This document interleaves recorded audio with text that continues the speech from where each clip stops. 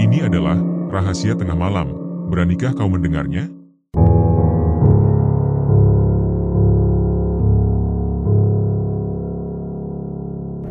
Di tengah hiruk-pikuk kota yang tidak pernah benar-benar tertidur, berdiri sebuah angkringan legendaris yang telah menjadi bagian dari denyut nadi kehidupan malam.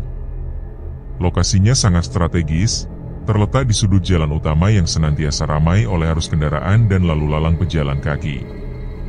Sejak matahari mulai condong ke barat, tempat sederhana ini sudah dipadati pengunjung. Angkringan ini bukanlah sekadar warung tenda biasa, melainkan telah menjelma menjadi ikon kota. Ia menjadi tempat persinggahan bagi berbagai kalangan, mulai dari mahasiswa yang mencari tempat nyaman dan terjangkau untuk menyelesaikan tugas, pekerja kantoran yang ingin melepas penat setelah seharian beraktivitas, hingga para seniman jalanan yang acap kali mempertunjukkan bakat mereka di sudut angkringan tersebut. Menu yang disajikan memang sederhana, tetapi selalu menggugah selera. Nasi kucing dengan berbagai lauk pilihan, sate usus, gorengan yang masih mengepulkan uap panas, serta aneka minuman seperti wedang jahe, teh manis, dan kopi hitam panas menjadi favorit para pengunjung.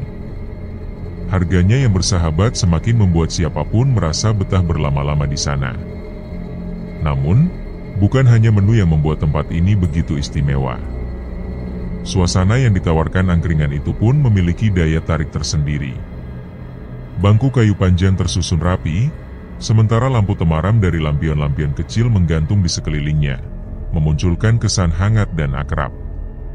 Sesekali, alunan musik akustik dari musisi jalanan melengkapi suasana, menciptakan atmosfer yang nyaman dan bersahaja. Di setiap meja, obrolan hangat selalu terjadi.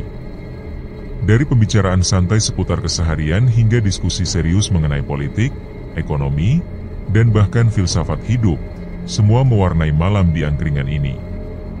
Keberhasilan tempat ini tidak bisa dilepaskan dari sosok pemiliknya, seorang pria parubaya bernama Pak Seno.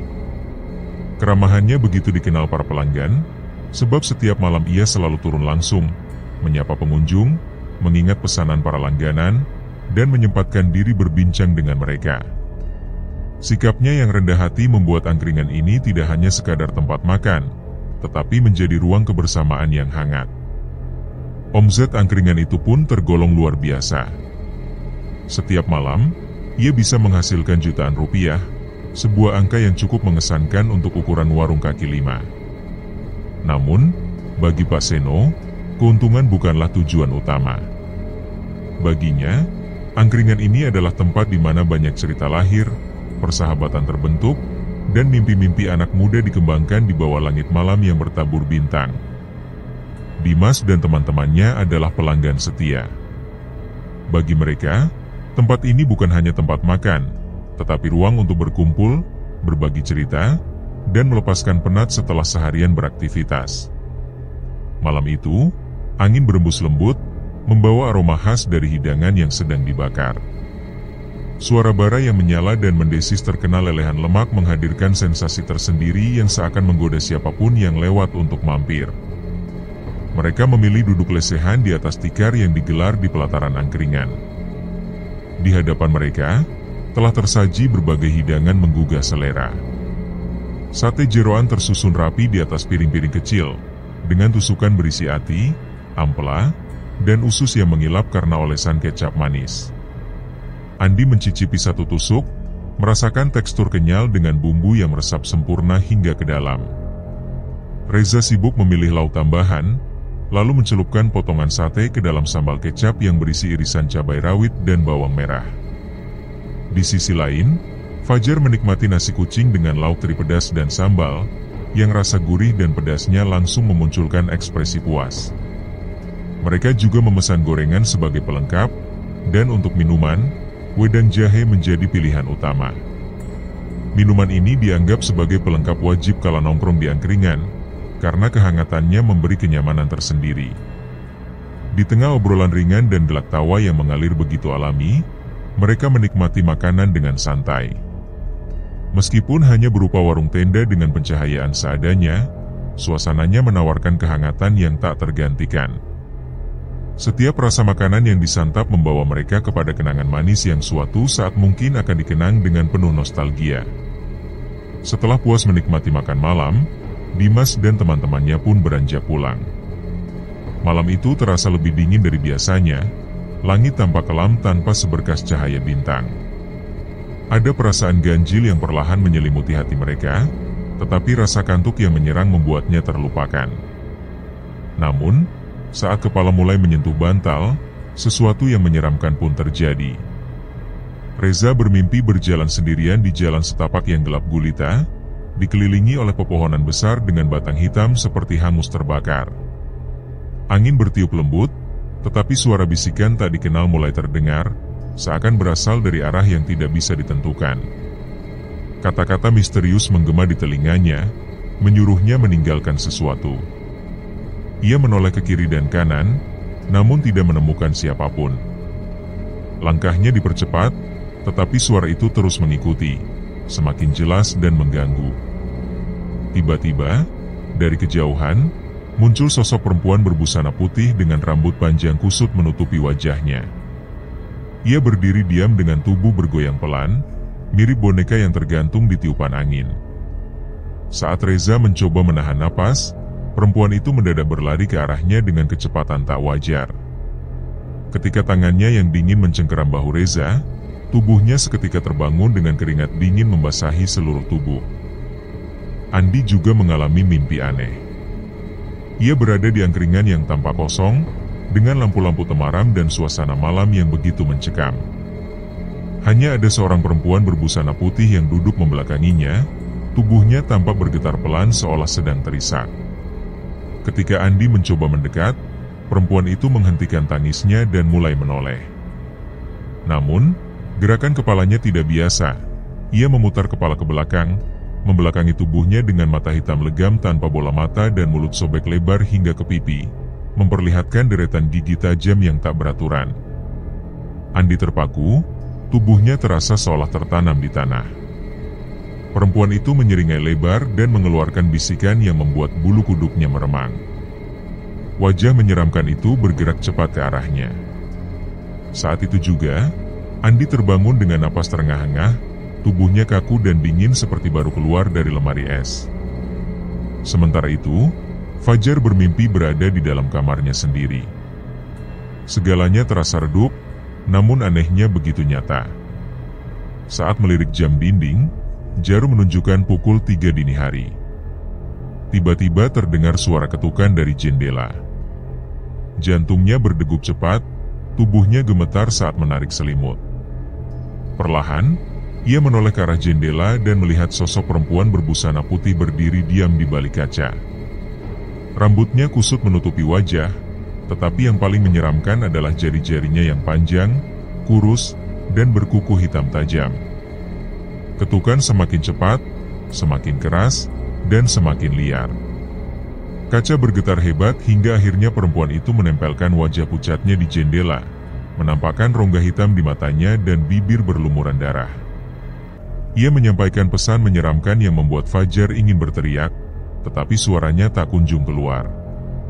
Sosok itu mulai merayap naik di jendela seperti laba-laba, menggores kaca dengan kuku tajam hingga menimbulkan suara mencicit yang memekakan telinga. Saat perempuan itu hampir membuka jendela, Fajar terbangun dalam keadaan tubuh bercucuran keringat dan menggigil hebat. Ketiga teman Dimas segera mengirim pesan ke grup percakapan mereka. Reza lebih dulu menulis dengan tangan gemetar, mengabarkan mimpi mengerikan yang baru dialaminya. Tak lama, Andi mengonfirmasi bahwa ia juga mengalami mimpi serupa dengan gambaran yang sama menakutkannya. Fajar pun membalas pesan dengan isi yang tak kalah menyeramkan. Ketiganya mulai menyadari bahwa mimpi mereka bukanlah mimpi biasa. Dimas membaca semua pesan itu dalam diam, merasakan bulu kuduknya berdiri saat menelan ludah. Pagi itu, Dimas terbangun dengan perasaan yang tidak menentu. Sejak malam sebelumnya, grup WhatsApp mereka dipenuhi cerita tentang mimpi buruk yang dialami oleh Reza, Andi, dan Fajar. Ketiganya mengaku bermimpi dikejar oleh sosok perempuan berbaju putih dengan rupa yang menyeramkan, seolah hendak menerkam mereka. Pada awalnya, Dimas mengira semua itu hanyalah kebetulan belaka. Mungkin karena mereka baru saja makan malam bersama, dan pikiran mereka masih terbawa oleh percakapan seputar perempuan misterius yang disebut-sebut saat berada di angkringan. Namun, anggapan itu langsung sirna saat Dimas membuka ponselnya dan mendapati isi grup penuh dengan pesan-pesan yang membuat tubuhnya merinding. Reza mengeluhkan kondisi tubuhnya yang terasa lemas dengan demam tinggi, sementara Fajar menyebut kepalanya pusing luar biasa dan tubuhnya terasa dingin serta nyaris tak mampu bangkit dari tempat tidur. Dimas mulai merasakan ada yang tidak wajar. 3 orang mengalami mimpi buruk yang sama dan kemudian bangun dalam kondisi fisik yang melemah parah. Rasanya terlalu aneh untuk disebut sebagai kebetulan. Tanpa pikir panjang, Dimas segera mengenakan jaketnya dan bergegas menuju kos-kosan Reza yang kebetulan paling dekat dari tempat tinggalnya. Setibanya di sana, ia mendapati bapak kos Reza tengah duduk di teras dengan wajah yang tampak cemas. Lelaki parubaya itu mengungkapkan bahwa Reza sudah mengeluh sejak pagi karena mengalami demam tinggi, tubuhnya dingin, namun terus berkeringat. Ia juga menyebut bahwa Reza semalam bermimpi buruk. Dimas kemudian masuk ke kamar Reza dan mendapati sahabatnya itu terbaring lemah dengan wajah yang sangat pucat. Sorot matanya sayu, dan tubuhnya menggigil meski sudah dibungkus selimut tebal. Keadaan Reza membuat Dimas semakin yakin bahwa ada sesuatu yang janggal. Ia segera menghubungi Andi dan Fajar melalui telepon, dan dari suara yang terdengar, keduanya juga dalam kondisi yang sangat lemah. Mereka sama-sama berbicara dengan nada yang lesu dan penuh penderitaan, semakin memperkuat keyakinan bahwa ini bukan sekadar sakit biasa. Dimas kemudian mengajak ayah Reza untuk membawa ketiga temannya ke rumah sakit. Dengan susah payah, mereka mengangkat tubuh Reza ke dalam mobil, lalu melanjutkan perjalanan untuk menjemput Andi dan Fajar yang juga dalam kondisi serupa. Sepanjang perjalanan, Dimas hanya bisa terdiam. Pikirannya penuh dengan pertanyaan tanpa jawaban. Ia mulai bertanya-tanya, apakah semua ini ada kaitannya dengan perempuan tua yang mereka bicarakan di angkringan, atau mungkin ada sesuatu yang telah mereka lakukan tanpa disadari. Setibanya di rumah sakit, para perawat dengan sigap membawa Reza, Andi, dan Fajar ke ruang pemeriksaan. Sementara itu, Dimas menunggu di lorong rumah sakit dengan hati yang gelisah. Ia terus berjalan mondar-mandir, berharap kabar baik segera datang dari dalam ruangan. Hampir 1 jam berlalu sebelum akhirnya seorang dokter keluar dengan ekspresi yang sulit diartikan. Dokter itu menginformasikan bahwa secara medis, tidak ditemukan kelainan apapun. Tidak ada tanda-tanda infeksi, tidak ada masalah pada darah, dan tekanan darah mereka pun normal. Semua hasil pemeriksaan menunjukkan bahwa tubuh mereka dalam kondisi baik. Dimas merasa heran, sebab apa yang dialami ketiga temannya jelas-jelas menunjukkan gejala sakit. Demam tinggi, tubuh lemas, dan bahkan tidak mampu bangun dari tempat tidur bukanlah hal yang bisa disepelekan. Dokter hanya bisa memberikan kemungkinan bahwa keluhan tersebut berkaitan dengan faktor psikologis, seperti stres atau kelelahan berat. Namun, penjelasan itu tak cukup meyakinkan bagi Dimas. Baginya, ini adalah sesuatu yang jauh lebih dalam dan misterius. Seusai dari rumah sakit, Dimas merasa hatinya semakin tidak tenang. Ingatannya melayang pada suara ketukan aneh di jendela, bisikan misterius, dan sosok menyeramkan yang muncul dalam mimpi mereka. Semua itu terasa terlalu nyata untuk dianggap sekadar gangguan mental. Karena tidak ada perkembangan dari pihak medis, Dimas pun memutuskan membawa ketiga temannya ke kos miliknya, dengan harapan bahwa suasana yang lebih akrab dapat membantu pemulihan mereka. Dengan bantuan ayah Reza, mereka membawa Reza, Andi, dan Fajar keluar dari rumah sakit dan menuju kos-kosan Dimas. Namun, sejak mereka melangkah ke dalam gerbang kos, perasaan ganjil kembali menyelimuti hati Dimas. Malam itu terasa jauh lebih sunyi dari biasanya. Hanya suara dedaunan yang bergesekan pelan tertiup angin yang terdengar samar. Dimas merasa sesak di dada, tetapi ia mencoba mengabaikan perasaan tersebut. Fokus utamanya adalah memastikan ketiga temannya bisa beristirahat dengan tenang. Sesampainya di kamar, Dimas segera menyiapkan tempat tidur. Ia membiarkan Reza beristirahat di kasurnya, sementara Andi dan Fajar tidur di kasur lipat yang dibentangkannya di lantai. Meskipun ketiganya masih tampak sangat lemah, setidaknya mereka kini bisa berbaring dengan lebih nyaman. Setelah memastikan semua siap, Dimas duduk di kursi dekat tempat tidur dan berniat untuk tetap terjaga. Namun, rasa lelah perlahan merayap dan tanpa disadari, ia pun tertidur dengan ponsel masih tergenggam di tangannya.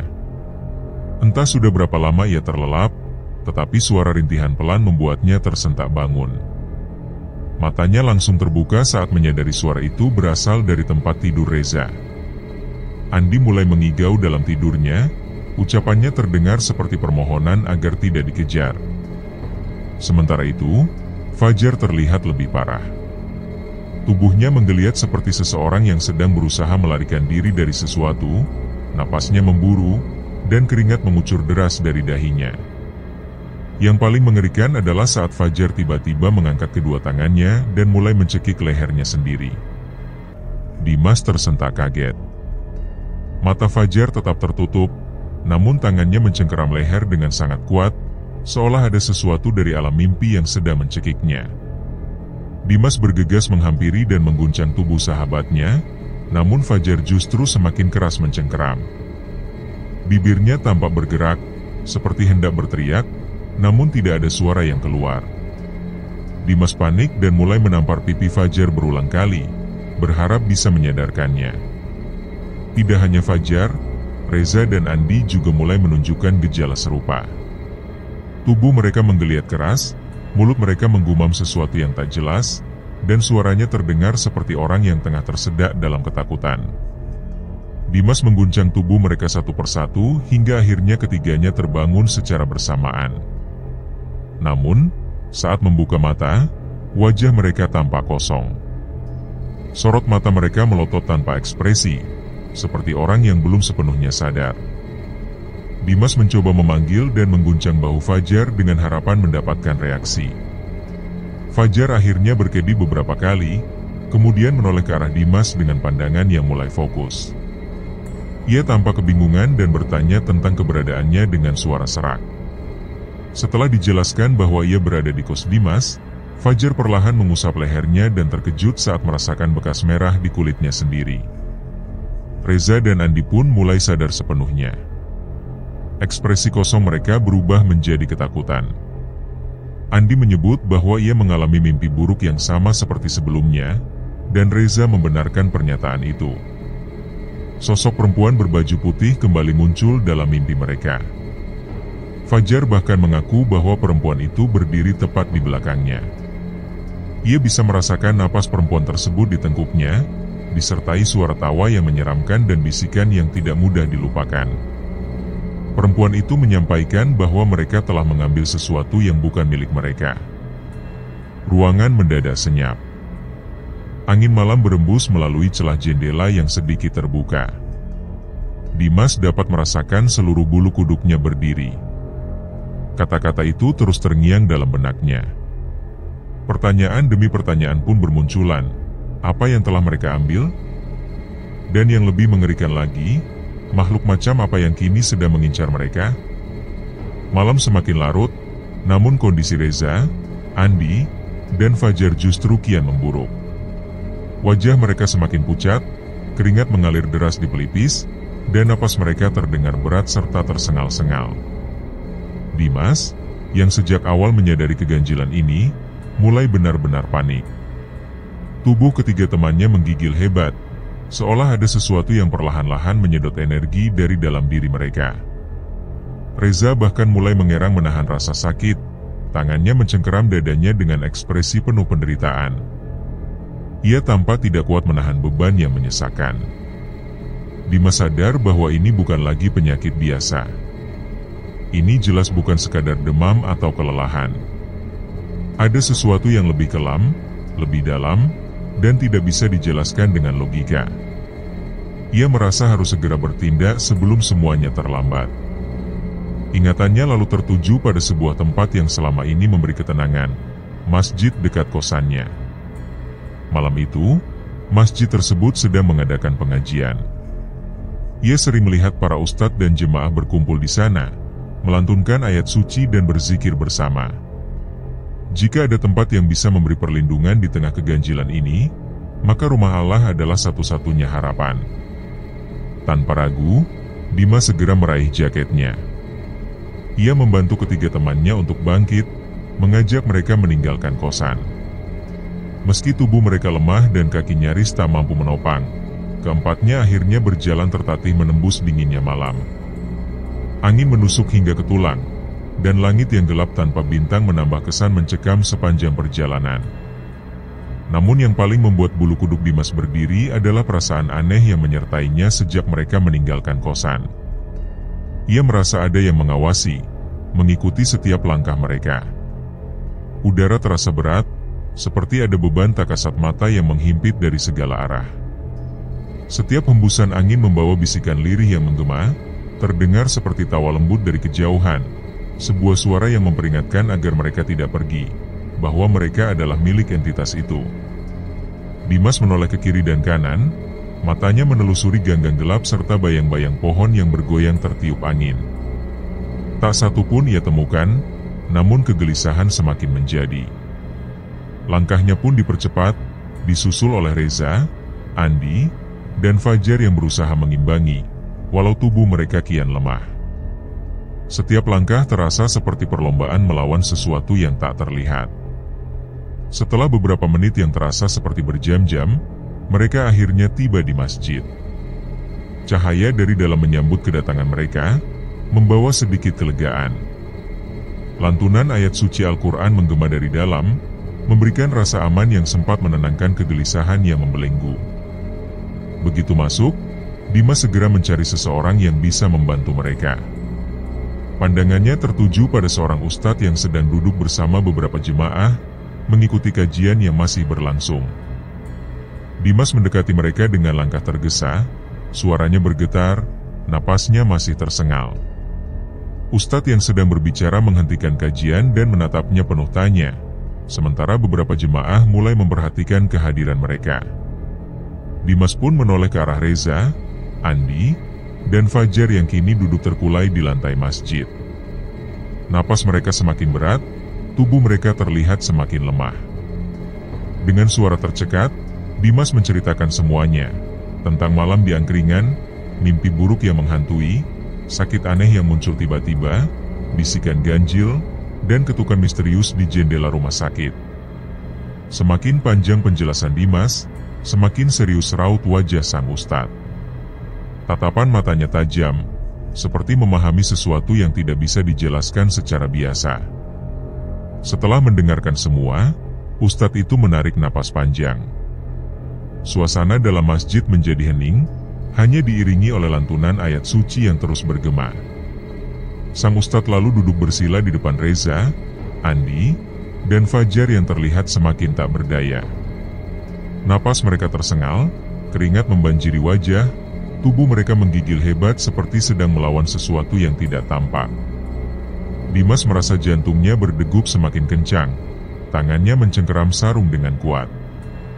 Beberapa jemaah lain mulai duduk melingkar, memegang tasbih dan melantunkan zikir, berusaha membantu dengan doa-doa yang mereka panjatkan. Dengan suara lantang, sang ustadz mulai membacakan ayat-ayat ruqyah. Suaranya menggelegar di ruangan, melafalkan ayat kursi, surat Al-Falaq, dan An-Naas. Setiap kata yang diucapkan terasa seperti cambuk bagi entitas yang bersarang dalam tubuh ketiga pemuda itu. Fajar tiba-tiba menjerit kencang, tubuhnya terhempas ke belakang dengan gerakan yang tidak wajar, seolah ada kekuatan tak terlihat yang menariknya. Bola matanya kini berubah menjadi hitam pekat, tanpa sedikit pun bagian putih. Andi dan Reza pun mulai meronta-ronta. Mereka mencengkeram perut dengan ekspresi penuh penderitaan. Wajah mereka menegang, urat-urat leher menonjol seperti tali yang siap putus. Dari mulut Andi keluar busa putih bercampur lendir kental berbau anyir. Ia merintih dengan suara parau yang terdengar asing, seperti bukan suara manusia. Ia mulai mencakar kulit lengannya sendiri, seolah tubuhnya sedang terbakar dari dalam. Kukunya yang pendek menorehkan luka-luka dalam, meninggalkan jejak merah yang semakin dalam.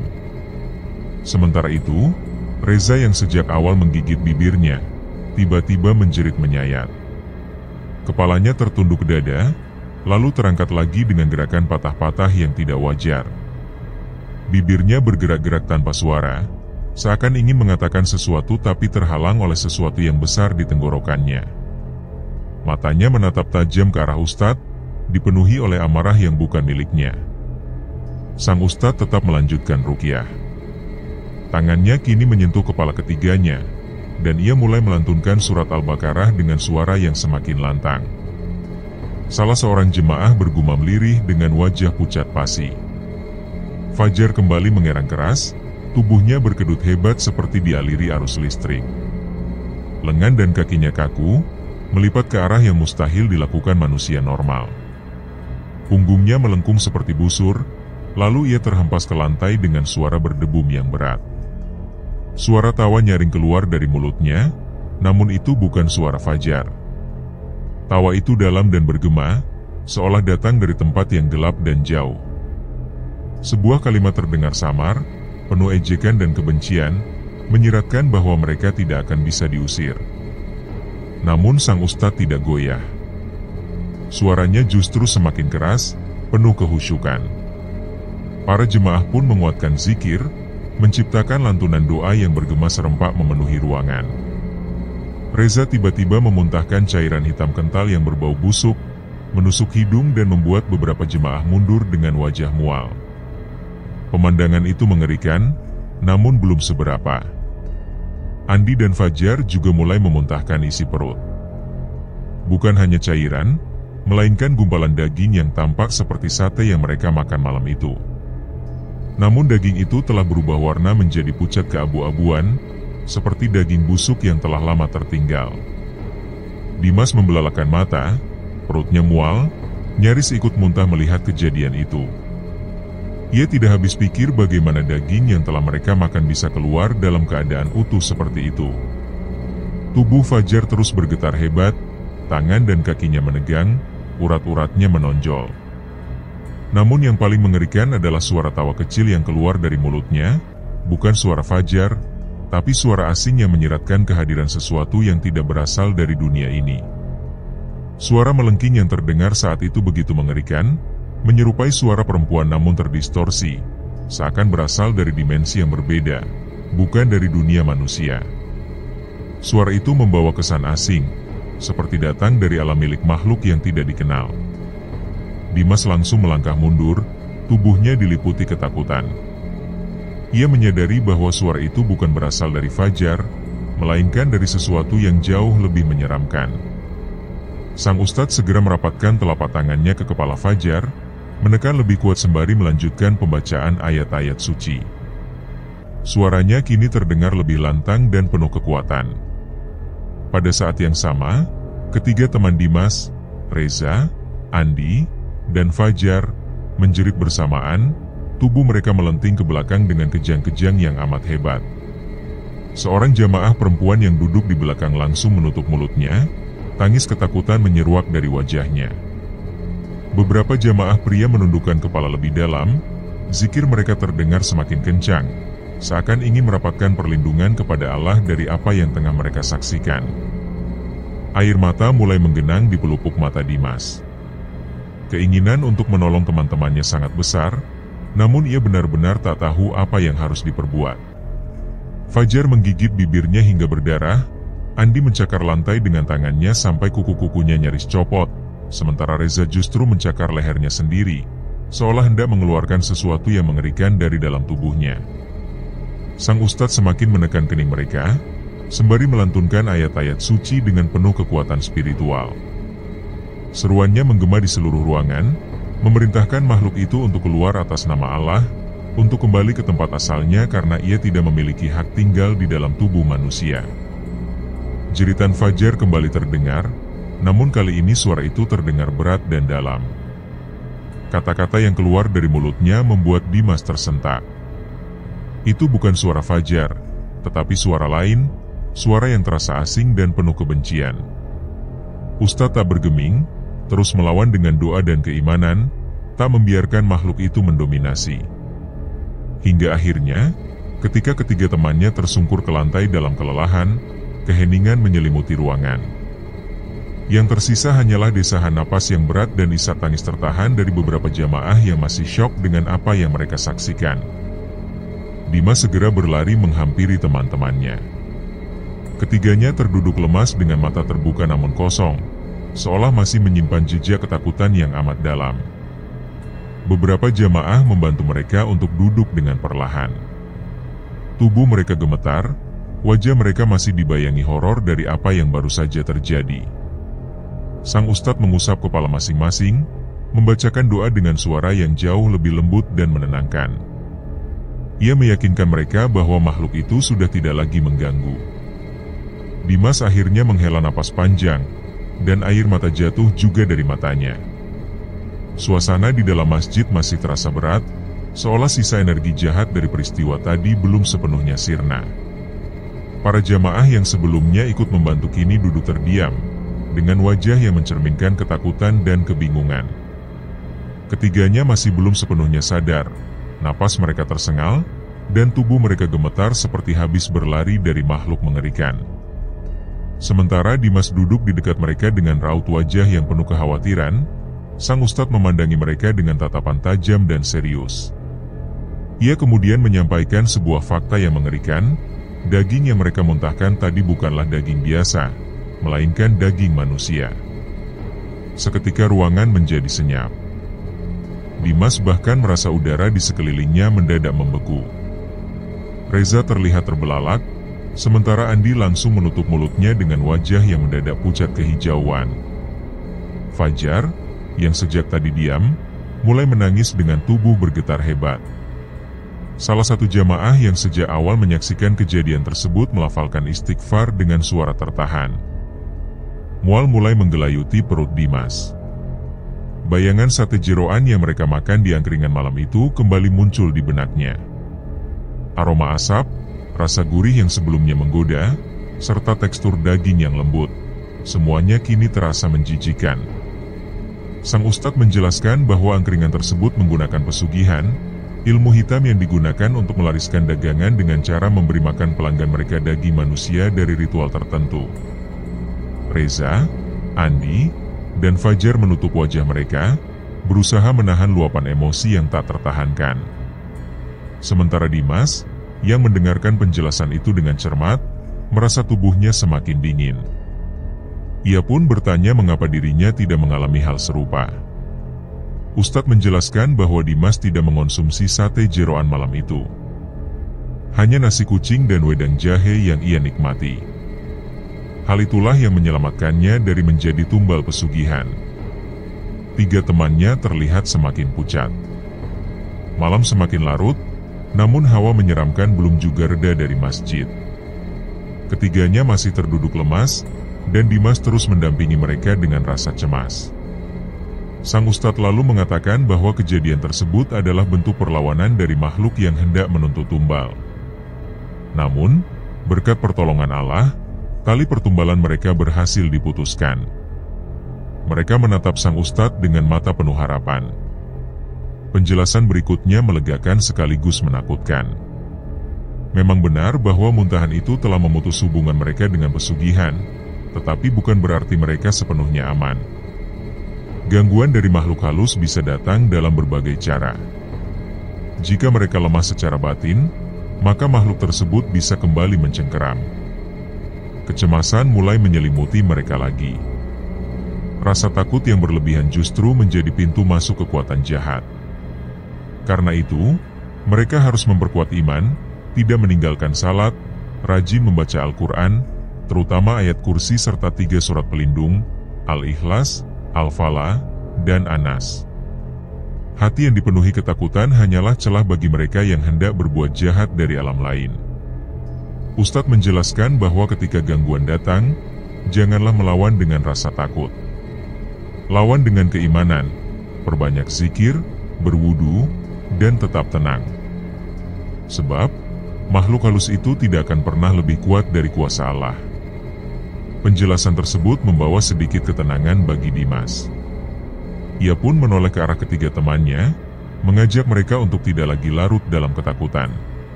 Mereka semua selamat karena pertolongan Tuhan, dan kini saatnya memperkuat ibadah agar tidak mudah terganggu kembali. Ketiganya mulai mengangguk perlahan.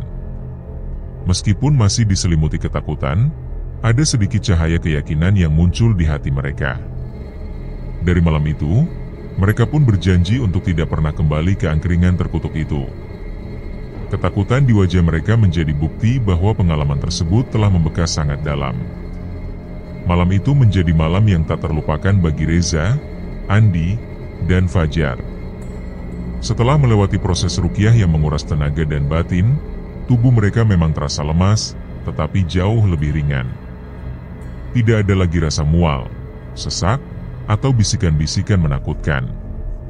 Namun, meskipun tubuh telah pulih, hati dan pikiran mereka belum tentu mampu melupakan semua kejadian mengerikan itu. Ketika meninggalkan masjid, suasana jalanan terasa sangat berbeda. Pohon-pohon yang biasanya tampak biasa saja kini terlihat menyeramkan, seolah ada sesuatu yang mengintai dari balik kegelapan. Angin malam yang biasa menyejukkan kini menusuk sampai ke tulang, dan suara jangkrik terdengar jauh lebih nyaring, seakan sedang menyampaikan pesan yang tak bisa dipahami oleh manusia. Mereka berjalan beriringan menyusuri jalan malam yang lengang, dengan Dimas mengambil langkah paling depan. Sementara itu, teman-temannya yang melangkah lebih lambat saling berpegangan erat, seolah ada rasa takut yang menyergap dari belakang, seperti ada sesuatu yang bisa saja menyeret mereka kapan saja. Setibanya di kos, mereka semua bergegas masuk dan menutup pintu rapat-rapat, seakan ingin memutus semua kemungkinan gangguan dari luar. Fajar segera menjatuhkan tubuhnya di atas kasur dan menatap kosong ke langit-langit kamar. Tatapannya hampa, tak menunjukkan ekspresi apapun. Reza memilih duduk di pojok ruangan, memeluk lututnya sendiri, tubuhnya terguncang halus, seolah ingin menyembunyikan ketakutan yang belum reda. Sementara itu, Andi tampak sibuk membisikkan doa-doa perlindungan yang diulang-ulang tanpa henti. Setiap lafaz yang terucap dari bibirnya membawa ketegangan, seolah jika ia berhenti, sesuatu akan kembali muncul. Dimas menarik napas panjang. Ia paham benar bahwa teman-temannya belum sepenuhnya pulih dari keterkejutan yang baru saja mereka alami. Ia pun kemudian duduk bersila di lantai dan menatap satu persatu wajah mereka. Rasa khawatir menyelimuti pikirannya saat melihat Reza yang mengangkat wajah dengan mata yang memerah, tampak seperti seseorang yang baru saja menangis cukup lama. Keterkejutan dan ketakutan jelas membekas. Reza mengungkapkan ketidaksangkaannya akan kejadian yang mereka alami, sementara Andi mengangguk lemah dengan suara serak yang masih diselimuti kecemasan, menyiratkan bahwa ia sempat merasa ajal akan menjemput mereka. Fajar yang sejak tadi diam tiba-tiba mengepalkan tangannya, menyalahkan angkringan yang mereka kunjungi. Suasana pun seketika sunyi. Ya, angkringan itu. Sebuah tempat yang kini tak akan pernah mereka lupakan, dari aroma sate jeroan yang sempat menggoda selera hingga rasa yang begitu menggugah, sampai mereka tidak bisa berhenti makan. Namun kini, semua berubah menjadi mimpi buruk, karena pada akhirnya mereka menyadari bahwa apa yang mereka makan bukanlah makanan biasa. Reza, dengan suara yang masih bergetar, menceritakan bahwa sejak kejadian itu, setiap kali mengingat sate tersebut, ia merasakan ada sesuatu yang tersangkut di tenggorokannya, seperti ada yang mengganjal dan tak bisa ia keluarkan. Fajar memejamkan mata kuat-kuat, menyatakan bahwa dirinya tidak akan pernah menyentuh sate lagi seumur hidup. Andi pun menelan ludah dengan gugup, menyadari bahwa bukan hanya sate yang membuatnya takut, tetapi juga semua makanan yang ia tidak tahu asal-usulnya. Dimas melihat dengan jelas betapa trauma itu mencengkeram mereka begitu dalam. Sejak malam itu, rasa takut bukan hanya tertuju pada angkringan tersebut, tetapi juga pada semua makanan yang tidak jelas dari mana asalnya. Sebuah pertanyaan pun muncul dari Andi, menanyakan kemungkinan apakah mereka masih akan diganggu. Dimas menggelengkan kepala, mengingat ucapan seorang ustadz bahwa dengan memuntahkan makanan terkutuk itu, maka ikatan tumbal telah terputus. Seharusnya mereka sudah selamat. Namun Reza tetap merasa bahwa keberadaan makhluk itu belum sepenuhnya hilang, seakan masih mengintai di balik bayangan. Kamar kembali hening. Aura aneh yang menggelayuti ruangan seolah tak benar-benar pergi. Namun Dimas mengingatkan bahwa sejak saat itu mereka harus lebih berhati-hati, menjaga diri, dan memperkuat ibadah, karena hanya itu satu-satunya cara agar mereka tidak lagi mudah terganggu oleh hal-hal yang tak kasat mata. Teman-temannya mengangguk pelan, mengerti bahwa ini bukan lagi sekadar tentang angkringan, tetapi tentang bagaimana mereka harus mengubah cara hidup mereka. Malam itu, mereka semua tidur dengan lampu menyala terang. Tak satupun yang berani memejamkan mata terlalu lama, takut jika bayangan dari mimpi buruk sebelumnya kembali menghantui. Mereka benar-benar kapok, sangat kapok. Dan satu hal yang pasti, tidak akan ada seorang pun dari mereka yang kembali ke angkringan itu. Tak peduli seberapa lezat masakannya, tak peduli seberapa ramai pengunjungnya, mereka tahu bahwa di balik kepulan asap dan aroma sedap, tersembunyi sesuatu yang jauh lebih mengerikan dari sekadar rasa lapar. Ada rahasia kelam yang seharusnya tidak pernah mereka ketahui. Beberapa minggu berlalu sejak peristiwa itu. Meski mereka mencoba melupakan, bayangan malam saat tubuh mereka dirasuki, muntahan daging menjijikan, dan suara-suara mengerikan dari dalam mimpi tetap sesekali menghantui. Suatu siang, Dimas, Reza, Andi, dan Fajar kembali berkumpul di kos. Kesibukan kuliah dan aktivitas pribadi membuat mereka jarang bertemu, namun pertemuan kali ini terasa berbeda. Bukan hanya ajang bersantai, tetapi sebagai bentuk saling memastikan bahwa mereka semua masih dalam keadaan baik. Mereka memutuskan berjalan-jalan mengelilingi kota untuk sekadar mencari udara segar dan berbincang. Namun tanpa disadari, langkah kaki membawa mereka ke sebuah jalan yang terasa begitu familiar. Dan di sanalah tempat itu berdiri, angkringan yang menjadi sumber mimpi buruk mereka. Masih kokoh, masih ramai dipenuhi pengunjung yang duduk di tikar kecil sambil menikmati makanan. Asap dari pembakaran sate mengepul di udara, menciptakan aroma yang menggoda. Suara tawa ringan, dentingan alat masak, dan obrolan santai menciptakan suasana yang tampak normal. Seolah tidak pernah terjadi apapun yang aneh di sana. Seolah tempat itu bukanlah sumber kengerian yang pernah mereka alami. Langkah mereka terhenti. Dimas menelan ludah dengan sulit, sementara Reza dan Andi saling menatap dengan raut tak percaya. Fajar langsung menggenggam tangannya sendiri erat-erat, seperti sedang menahan gejolak yang ingin meledak. Pemandangan itu terlalu menyesakan. Tempat yang bagi orang lain terlihat seperti warung biasa, bagi mereka adalah sumber luka batin yang masih belum sembuh. Andi menarik napas berat, merasa tak habis pikir mengapa orang-orang masih makan di tempat itu. Dimas hanya menggeleng pelan, menyadari bahwa mereka semua tidak tahu apa yang tersembunyi di balik tempat itu, dan kemungkinan besar tidak akan pernah tahu. Fajar kemudian melangkah mundur, tidak sanggup berada di sana lebih lama. Mereka semua sepakat untuk segera pergi tanpa perlu mengucap sepatah kata pun. Langkah mereka cepat, seolah ingin meninggalkan semua kenangan buruk di belakang mereka. Sejak saat itu, bukan hanya angkringan tersebut yang mereka hindari. Mereka menjadi curiga setiap kali melihat tempat makan yang terlalu ramai, terutama jika rasa makanannya terlalu lezat untuk dipercaya. Ketika melewati warung-warung lain, mereka saling menatap dengan wajah yang menyimpan kehati-hatian. Sebuah pertanyaan muncul dalam benak Reza, apakah mungkin ada tempat makan lain yang menggunakan cara serupa? Dimas tak segera menjawab, dan Fajar hanya berharap jawaban dari pertanyaan itu adalah tidak. Sejak kejadian itu, mereka menjadi jauh lebih selektif dalam memilih tempat makan. Tidak ada lagi kebiasaan mampir sembarangan ke warung kaki lima tanpa memastikan asal-usul makanannya.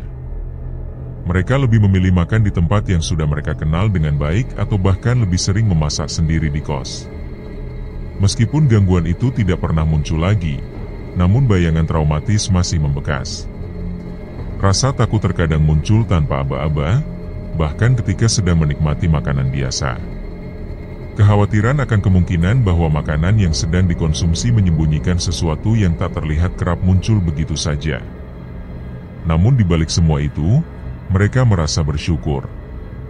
Sejak peristiwa tersebut, mereka lebih rajin mengikuti pengajian, memperdalam pemahaman agama, dan mendekatkan diri kepada Tuhan.